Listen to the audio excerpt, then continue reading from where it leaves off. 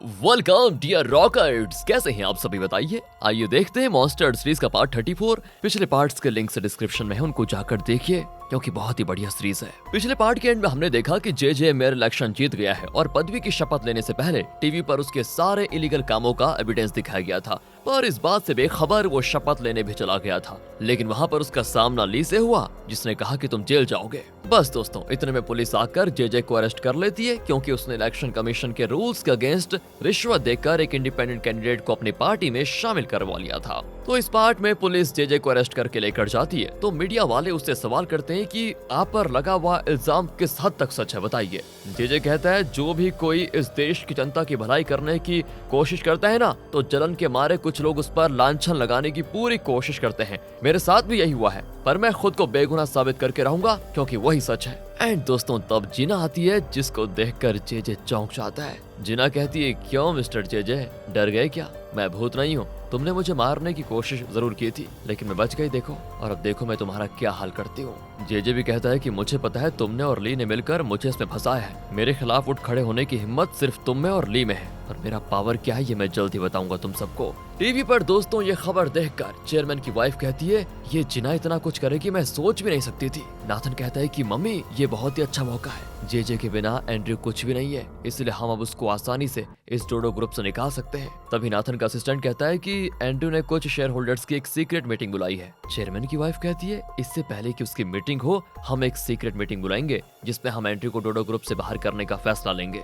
वहाँ Andrew share holders के लिए वेट कर रहा होता है, लेकिन बहुत देर बाद भी कोई नहीं आता दोस्तों। और तब उसका असिस्टेंट आकर बताता है कि चेयरमैन की वाइफ ने उन सारे शेयर होल्डर्स को अपनी अलग मीटिंग में बुला लिया है, इसलिए यहाँ पर कोई नहीं आएगा। और वहाँ मीटिंग में चेयरमैन की वाइफ कहती है कि सुनो, इस कंपनी की चेयरमैन होने के नाते मैं ये कहना चाहती हूँ कि सभी शेयर होल्डर्स की जो मीटिंग होगी उसमें आप सबको मुझे सपोर्ट करना होगा। मेरे पति की एक्चुअली तबीयत बहुत खराब है, वो व्हील चेयर से उठ नहीं सकते, इसलिए उस मीटिंग में आप सबको चाहिए कि एंड्रयू को वोट आउट कर दें, यानी उसे वाइस चेयरमैन की पदवी से हटा दें। नाथन कहता है कि मेरी माँ बिल्कुल ठीक कहती है, उस मीटिंग में मुझे आप सबको सपोर्ट करना है और आगे यहाँ वही होगा जो मैं चाहूंगा। लेकिन दोस्तों, कोई शेयर होल्डर अपना मुंह तक नहीं खोलता और इतने में एंड्रयू आकर पूछता है कि इन लोगों को मैंने बुलाया था, लेकिन आप इन्हें यहाँ पर क्यों लेकर आ गई? चेयरमैन की वाइफ दोस्तों उसकी बहुत इंसल्ट करती है कि तुम ठहरे जे के हाथ की कठपुतली, जब वो खुद जेल में सड़ने वाला है तो तुम यहाँ पर क्या करोगे? तुम्हारी यहाँ पर कोई जगह नहीं है। दरअसल दोस्तों, शेयर होल्डर्स को उम्मीद थी कि एंड्रयू किसी तरह डोडो ग्रुप को तरक्की की राह पर लेकर जाएगा, लेकिन चेयरमैन की वाइफ की बात उसे लगता है कि वो एंड्रयू को कंपनी से बाहर करने वाली है, इसीलिए और कोई रास्ता न पाकर वो नाथन को सपोर्ट करने का फैसला करते हैं। एंड्रयू गुस्से में बाहर आ जाता है। अब यहाँ जे को दिखाते हैं जेल में। बेचारा बैठा सोच रहा है कि मेरे साथ इतना बड़ा धोखा किया किसने। हालांकि उसे ली और जिना पर शक तो है, लेकिन कंफर्मेशन नहीं है। वो आगे ये भी सोचता है कि अगर उन्होंने ये किया तो उन्होंने किस तरह इस प्लान को अंजाम दिया होगा। एंड वो इन ख्यालों में होता है कि अचानक उसे पहने की याद आती है। ओह, कहीं उसने मेरे साथ धोखा तो नहीं कर दिया? नहीं, वो ऐसा तो नहीं कर सकती। बस वो अपनी इसी सोच में रहता है तो इसी बीच बॉडीगार्ड उससे मिलने आता है। उससे फोन लेकर जे अपने ससुर यानी नेल को कॉल करता है, पर वो फोन पर गालियों की बरसात करता है कि तुम्हारी खोपड़ी में अकल है या गोबर भरा हुआ है? एक काम भी ढंग से नहीं कर सकते क्या? चीटिंग करने का टैलेंट नहीं है तो फिर किया क्यों तुमने? जेल में सड़ो, मुझे कोई फर्क नहीं पड़ेगा। मैं तो खुश हूँ कि मेरी बेटी की जिंदगी से तुम निकल जाओगे अब, और अब मेरा और तुम्हारा कोई रिश्ता ही नहीं है और ना ही मैं तुम्हारी कोई मदद करने वाला। वहाँ किमी कहती कि पापा ऐसा मत कहिए, और यहाँ जे परेशान हो जाता है। वो बॉडीगार्ड से कहता है कि तुम अब पैनी का पीछा करो, जरूर इस प्लान में वो भी मिली हुई होगी। बॉडीगार्ड कहता है कि मिली भी होगी, मुझे तो शुरू से उस पर शक था, पर आप तो उस पर एकदम फिदा थे ना। खैर, मैं उसे फॉलो करके देखकर बताता हूँ आपको। अब दोस्तों, वो जे के लिए एक बहुत बड़े लॉयर को अरेंज करता है, लेकिन उस लॉयर के बजाय उसका असिस्टेंट आया होता है जो बहुत ही यंग और इनएक्सपीरियंस्ड लगता है। दोस्तों, जे कहता है मुझे तुम्हारे सीनियर से मिलना है, पर वो कहता है आप मुझसे बात कीजिए, मैं जरूर आपकी मदद कर सकता हूँ। जे बताता है कि ये छोटा सा केस है और किसी ने प्लान करके मुझे फंसाने की कोशिश की है। मुझे और उस इंडिपेंडेंट कैंडिडेट को आमने सामने बिठाकर बात करवाओ, तब जाकर तुम्हें सच का पता चलेगा। मैंने अपनी तरफ से उससे मिलने की कभी कोशिश की नहीं थी। तुम चाहो तो मेरे सारे कॉन्टेक्ट डिटेल्स चेक कर सकते हो। दोस्तों, अब उस इंडिपेंडेंट कैंडिडेट को बुलाया जाता है और उसका लॉयर भी होता है जो कि जॉन है। वो जे को चिढ़ाने में कोई कसर नहीं छोड़ता, पर जे उस पर ध्यान नहीं देता और कैंडिडेट से पूछता है कि सच बताओ, क्या मैंने तुमसे मिलने की कोशिश की और क्या मैंने तुम्हें जबरदस्ती पैसे देकर अपनी पार्टी में लिया? पर वो कहता है कि अब इन बातों का कोई मतलब नहीं रहता, कम से कम आगे से हमें कोई गलती नहीं करनी चाहिए। दोस्तों, ये सुनकर जे गुस्सा हो जाता है और कहता है तुम जिन लोगों के हाँ में हाँ मिला रहे हो ना, उन्हीं लोगों ने मुझे फंसाया है, सच बताऊं तो। और वो लोग तुम्हें भी वक्त आने पर खत्म कर देंगे, इसलिए अभी सच बता दो तो शायद तुम बच सकते हो। लेकिन दोस्तों इतने में उस इंडिपेंडेंट कैंडिडेट के इंजेक्शन का वक्त हो जाता है। उसे एक्चुअली डायबिटीज है तो वो मुड़कर इंसुलिन इंजेक्शन लगा लेता है एंड इस बात को जेजे नोट कर लेता है। वहाँ किमी नेल पर जोर डालती है कि पापा प्लीज जेजे को छुड़ाने के लिए कुछ कीजिए ना, पर वो कहता है कि उसने मेरी पीठ पीछे न जाने क्या क्या किया है, मैं उसकी कोई मदद नहीं करूंगा और हाँ तुम्हारे लिए भी अच्छा होगा कि तुम उसे डाइवोर्स दे दो। पर पापा आपने तो कहा था कि वो मेरे लिए परफेक्ट मैच है, अब अचानक आप ऐसा क्यों बोल रहे हैं? आप कुछ करें ना करें लेकिन मैं अपने पति को जरूर बचाऊंगी चाहे कुछ भी हो जाए, कहकर वो चली जाती है। दोस्तों अब जिराल्ड कहता है कि सर आप किमी को बता क्यों नहीं देते कि जेजे और पैनी का अफेयर है। नेल कहता है कि मुझे लगता है पैनी जेजे को फंसाने के इरादे से ही यहाँ पर आई थी और इसीलिए वो जेजे के करीब जाने की कोशिश करती रहती थी। एक काम करो उसका बैकग्राउंड चेक करो और पता लगाओ कि वो असल में किसके लिए काम कर रही है। अगले सीन में आ जाइए दोस्तों, पैनी मोजो से मिलने जा रही होती है लेकिन एक कार उसका पीछा करने लगती है तो वो गाड़ी रोक देती है। असल में जेजे का बॉडीगार्ड उसका पीछा कर रहा था और वो नहीं चाहता कि पैनी उस पर शक करे, इसीलिए वो तुरंत आगे निकल जाता है। लेकिन वो जिराल्ड को कॉल करता है कि पैनी को शायद मुझ पर शक हो गया है इसलिए मैं आगे निकल गया हूँ, पर एक काम करो तुम उसे फॉलो करना जारी रखना। जिराल्ड भी दोस्तों पैनी को फॉलो करता है एंड इस बात से बेखबर पैनी सीधे जाकर मोजो से मिलती है। मोजो कहता है कि अब तुम्हें जेजे के घर से निकल जाना चाहिए, बहुत दिन वहाँ पर रुकना ठीक नहीं है क्योंकि उन्हें जल्दी तुम पर शक होगा, तुम कहीं दूर चले जाओ जहाँ तुम्हें कोई पहचानता नहीं है। पर पैनी कहती जब तक ये केस खत्म नहीं हो जाता मैं वहीं पर रहूंगी और अपनी सुरक्षा खुद कर लूंगी, किसी को मुझ पर शक नहीं होगा, तुम फिक्र मत करो। अब दोस्तों मोजो उसको एक ब्रेसलेट देता है और कहता है इसमें एक ट्रैकिंग डिवाइस है जो तुम्हारी लोकेशन मुझे बताता रहेगा, अगर कभी तुम्हें कोई मुसीबत हो तो इसका बटन दबा देना, मैं तुम्हें बचाने आ जाऊंगा। इन दोनों को बात करते हुए दोस्तों जिराल्ड फोटो ले लेता है एंड वो नेल को कॉल करके बताता है कि आपका शक बिल्कुल सही निकला बॉस, पैनी ही वो खुफिया है जो हमारे बीच रहकर हमारे खिलाफ काम कर रही थी। वहाँ जेजे जेल में खाना खा रहा होता है, लगता है बाकी लोग भी लंच के लिए चले गए हैं। जेजे का जो सीनियर लॉयर है वो कैमरा ऑफ करके जेजे से बात करने जाता है और बताता है मुझे माफ कीजिए मैं कुछ कर नहीं सकता। जेजे उस पर चिल्ला जाता है कि ये कहने के लिए मैंने तुम्हें अपना लॉयर बनाया था हैं? तो मुझे बेल दिलवाओ और मैं कोर्ट में ये साबित करूंगा कि ये सब ली और जिना की चाल थी। एक काम करो ली और जिना को किसी झूठे केस में फंसाओ, तब जाकर हम प्रूव कर पाएंगे कि उनके एविडेंस भी झूठे हैं। उन पर जल्दी से कोई केस करवा दो जैसे illegal lobbying, income tax rate, कुछ भी, मतलब तुम कुछ भी करवा दो लेकिन उनके ऊपर केस करो। अगले ही दिन दोस्तों जिना के ऑफिस में आईटी रेड पड़ जाती है। वहाँ जॉन बैठा होता है जो आईटी ऑफिसर से कहता है कि सर क्या मजाक है, हमने तो अभी कमाना भी शुरू नहीं किया है और आप लोग बताओ रेड करने आ गए। पर दोस्तों वो हर जगह अपनी सर्च शुरू करते हैं। उसके बाद वो ली से मिलने डोडो ग्रुप होटल जाते हैं और कहते हैं कि हमें इन्फॉर्मेशन मिली है कि आप इलीगल लॉबिंग करते हैं, इसलिए पूछताछ के लिए आपको हमारे ऑफिस चलना होगा।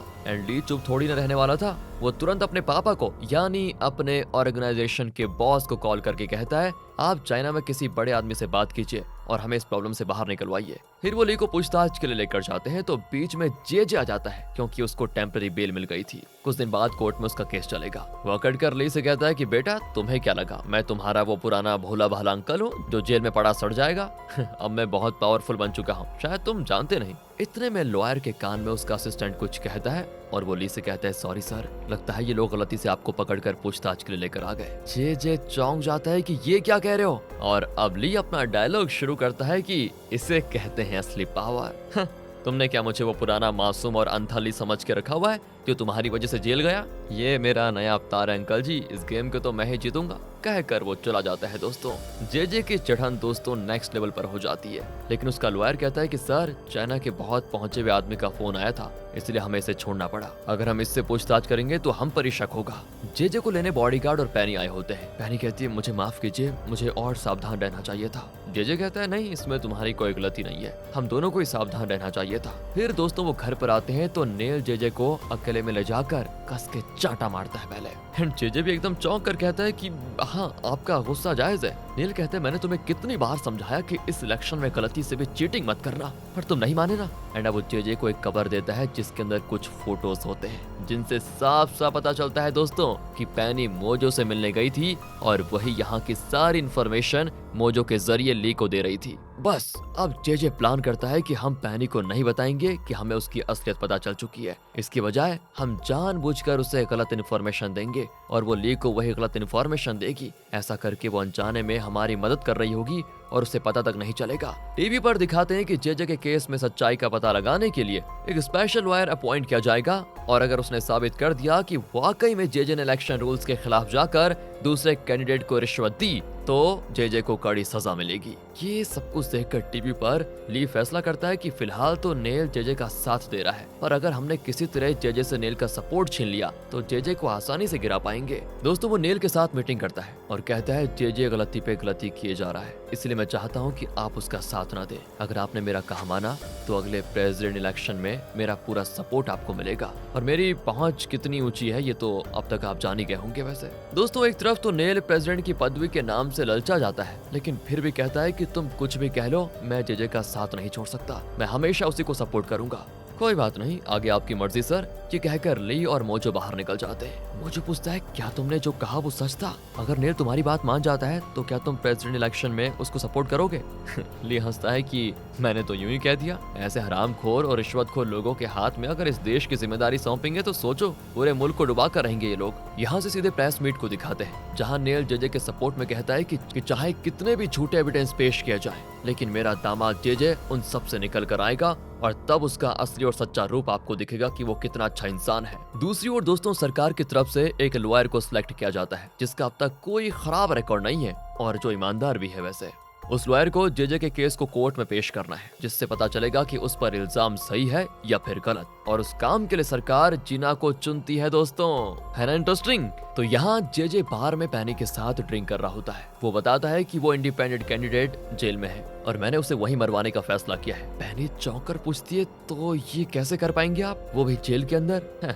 जेजे कहता है कि मेरे पास एक आइडिया है बहुत बढ़िया। एक्चुअली वो इंसुलिन का इंजेक्शन लेता है, इसलिए अगर हम उसके इंजेक्शन में जहर मिला दें तो इंजेक्शन लेते ही वो मर जाएगा। दोस्तों देखा आपने, इस तरह वो पैनी को जानबूझकर अपना प्लान बताता है क्योंकि वो जानता है कि पैनी सीधे जाकर मोजो को ये बात बताएगी तो पैनी भी मोजो को बता देती है। तो वो कहता है कि अगर उसने ऐसा कर दिया तो वो और फंस जाएगा, ये तो अपने आप में उसके खिलाफ एक स्ट्रॉन्ग एविडेंस बन जाएगा, फिर हम आसानी से प्रूव कर पाएंगे कि वो कितना बड़ा क्रिमिनल है। दोस्तों इसके बाद वो ये बात ली को भी बताता है और वो इसी के इर्द गिर्द अपना अगला प्लान बनाते हैं। जिना ली से दूर रहने की कोशिश करती है और उसे अवॉइड करने लगती है, लेकिन दोनों को जेजे से बदला जो लेना है और इसलिए ना चाहते हुए भी दोनों को साथ में काम करना पड़ रहा है। अब जिना ना ली को सच बताना तो चाहती है क्योंकि वो उससे बहुत प्यार जो करती है, लेकिन क्योंकि मोजो ने उसको मना किया था कि तुम्हारी यादें ली की जान ले सकती है, इसलिए वो ली को दोस्तों अवॉइड करती है। एंड ये बात भी ली नोटिस कर लेता है और आखिरकार सीधे सीधे पूछ लेता है कि तुम मुझे इस तरह अवॉइड क्यों करती हो, तुम्हारे उस बॉयफ्रेंड एंड्रू की वजह से क्या?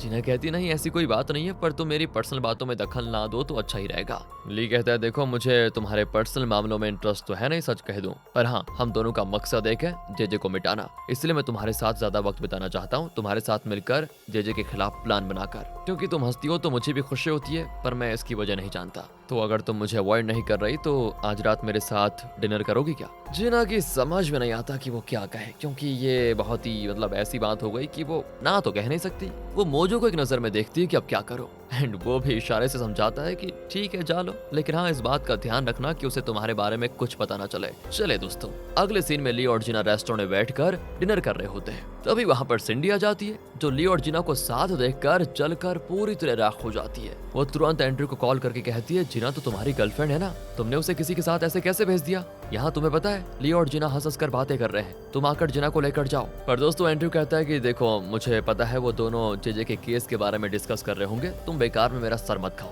रखो फोन, कहकर वो कॉल ही काट देता है। पर सिंडी नहीं मानती और उनके टेबल के पास जाकर ली से कहती है सुनो मुझे तुमसे इंपॉर्टेंट बिजनेस की बात करनी है, अभी उससे कहो अभी यहाँ से निकल जाए। जिना तुरंत उठ जाती है और कहती है हम फिर कभी डिस्कस करेंगे। अब ये कहकर वो चले जाती है। ली उसको रोकने के लिए उठता है, लेकिन सिंडी उसको रोककर कह देती है अरे चलो ना हम दोनों करते हैं डिनर। दूसरी ओर दोस्तों जेजे बॉडीगार्ड को बताता है पैनी ने मोजो को बता दिया होगा कि मैं इंजेक्शन के जरिए उस इंडिपेंडेंट कैंडिडेट को जहर देकर मारने वाला हूँ, पर उन्हें इस तरह गुमराह करके मैं दूसरे ही ढंग से हमला करने वाला हूँ। अगले सीन में पैनी बाहर जा रही होती है तो नेल कहता है मुझे हॉस्पिटल पहुंचा दोगी क्या? वो कहती है ठीक है सर मैं लेके चलती हूँ, कहकर वो नेल को कार में लेकर जाती है। पर दोस्तों नेल उसे एक हॉस्पिटल का नाम बताता है जो बहुत दूर है। पेनी पूछती है कि घर के पास का कोई अच्छा हॉस्पिटल क्यों नहीं देख लेते आप, इतनी दूर आने की क्या जरूरत है। नेल कहता है एक्चुअली वो एक स्पेशलिटी हॉस्पिटल है जहाँ का ट्रीटमेंट कहीं और नहीं मिलता।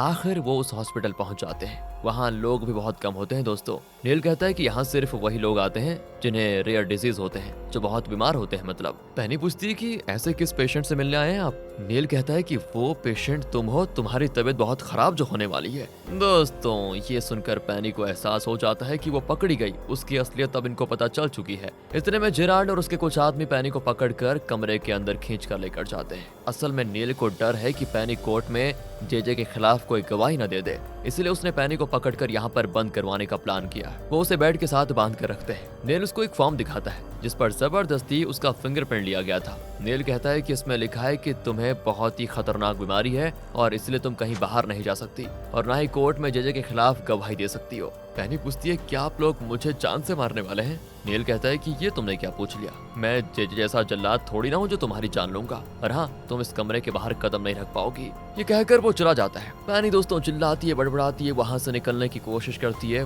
पर वो हिल भी नहीं पाती। दूसरी ओर जेल में बीमार कैदियों को उनके मेडिसिन दिए जाते हैं और इंडिपेंडेंट कैंडिडेट भी अपना इंजेक्शन लेने आता है, लेकिन तभी पीछे से कैदी कोई मेडिसिन निकालता है एंड गार्ड्स उसको तुरंत पकड़ लेते हैं कि यही जेजे का आदमी होगा जो कैंडिडेट को मारने के लिए जहर वाला इंजेक्शन लेकर आया है। तो ग्रे भी मोजो को ये बात बता देता है और मोजो ली से कहता है कि जेल में जो जेजे का आदमी आने वाला था ना वो पकड़ा गया है, तो अगर हमने साबित कर दिया कि उस इंजेक्शन में जहर मिला है तो फिर जेजे पूरी तरह फंस जाएगा। दूसरी ओर दोस्तों जेजे को पता चलता है तो वो बड़ा खुश होता है कि उसने जिस आदमी को सेट किया था वो प्लान के मुताबिक पकड़ा गया एंड अब वो तैयार होकर कोर्ट जाता है जहाँ मुकदमा चलने वाला है। मीडिया वाले उससे सवाल करते हैं कि आप इस केस में खुद को बेगुनाह साबित कर पाएंगे क्या। बिल्कुल करूंगा, क्योंकि मुझ पर झूठा इल्जाम जो लगाया गया है, शायद आज भी कोई झूठा इल्जाम लगा दे मेरे ऊपर, लेकिन मैं झूठ से नहीं डरता क्योंकि मेरे पास सच की शक्ति है। पर ये सारी चीजें कर कौन रहा है, आपको किस पर शक है। इतने में दोस्तों ली और जिना की टीम वहाँ पर आ जाती है तो जेजे उनकी ओर इशारा करता है। मीडिया वाले तो ली की तरफ भागते हैं। ली कहता है कि कुछ देर में कोर्ट में हम सारा एविडेंस पेश करने वाले हैं, तब पता चलेगा कि जेजे का असली रंग क्या है। जेजे को दिखाते हैं दोस्तों जो स्माइल करता है कि गेम में यहाँ ट्विस्ट आ गया है बच्चा। और यहाँ पर होता है पार्ट 34 का दी एंड दोस्तों। क्या ली जेजे को गुनहगार साबित करने में सफल हुआ? क्या जेजे इस केस में खुद को बेगुनाह साबित करके मेयर बन पाया? और क्या ली और जीना एक हुए? ये हम जान पाएंगे अगले आने वाले पार्ट्स में, तो इंतजार कीजिए अगले पार्ट्स का और इस वीडियो को लाइक कीजिए, चैनल को सब्सक्राइब। मिलते हैं आपसे अगली वीडियो में, ध्यान रखेगा अपना। Finally thanks for watching.